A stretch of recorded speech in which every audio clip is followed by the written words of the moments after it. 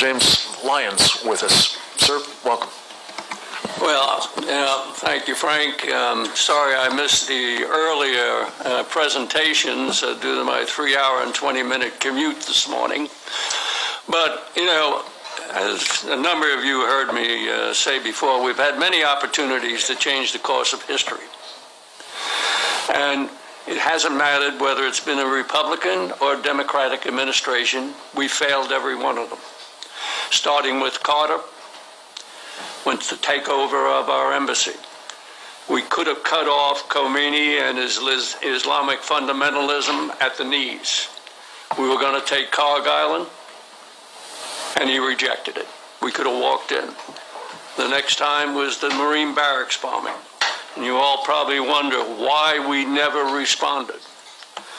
I won't go into the long detail, but the guy that sabotaged the strike, and I'm glad you're all sitting down, was the Secretary of Defense. Not once, but twice.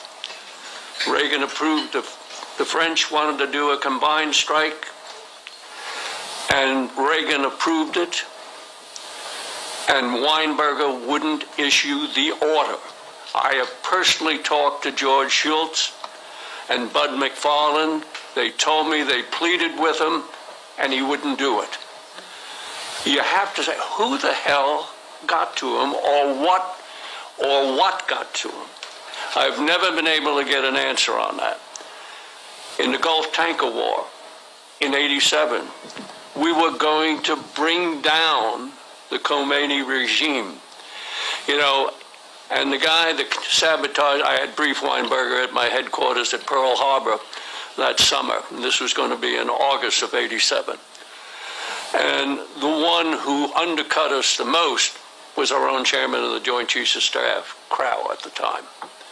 If you go forward and you look at, we shot down by accident that Iranian civilian airliner a few months later. And what did Khomeini do? He said, I'm drinking from the chalice of poison. And he said, I have to make a truce with Saddam Hussein because the Americans have shown they're coming in on Iraq's side. Well, think of what the hell we could have done had we executed the strike we wanted to do in August of '87. And we all say we have to identify the threat. Well, I think the one who identified it the best was Erdogan from Turkey, when he said, Islam is Islam. There are no modifiers. Democracy is the train we ride to our ultimate objective. He couldn't have said it any plainer. And until you recognize that Islam is a political movement masquerading as a religion, you're never going to come to grips with it. And as far as a strategy, let me just conclude one thing. And as I just had in my latest op-ed, the Obama administration has a strategy. It's very simple. Any thinking American should be able to grasp it.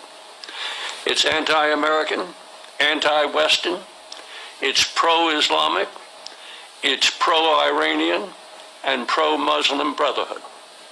And with that, I'll yield the mic. Thank you, sir.